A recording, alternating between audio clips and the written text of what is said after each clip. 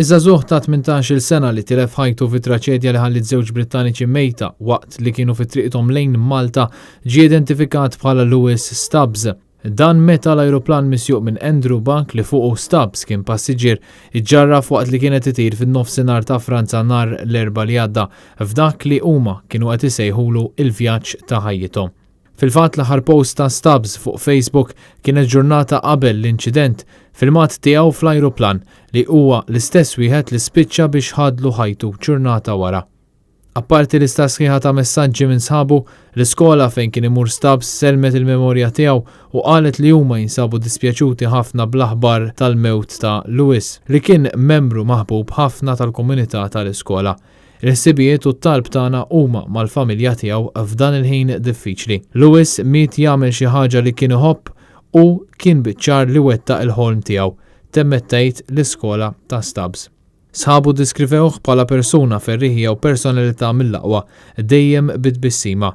Il-pilota Buck ta' 37 sena kien konfermat li tilef ħajtu ftit tal-ħin biss wara l-inċident. F'intervista esklusiva ma' Net News, Richard Pike, ħabib ta' Buck u direttur ta' Purple Aviation, il-kumpanija li tagħha kien proprjetà l-ajruplan li ġarraf, jiddeskrivi dak li seħħ bħala traċedja terribli. Andrew was a really excellent guy. He was a good pilot. And it's just extremely sad. He was a really lovely person, and he was having the time of his life. Yeah, the night before, we probably had possibly the best day of our lives the day before, and the trip was amazing. And he was really thankful and grateful to be involved in it. So it's really been awful.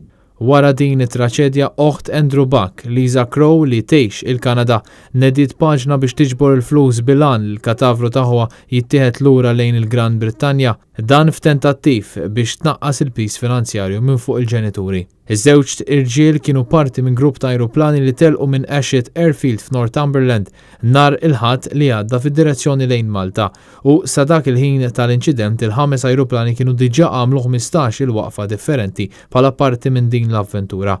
Intant apparti l-ajruplan li ġarraf kien hemm ajruplan ieħor li wettaq inżul ta' emerġenza. Richard Pike qalilna l-pilota ħareġ waħdu mill-ajruplan mingħajr ebda ġrieħi gravi. Il-Pulizija Lokali issa se tinvestiga biex tiddetermina x'kkawża din it-traċedja.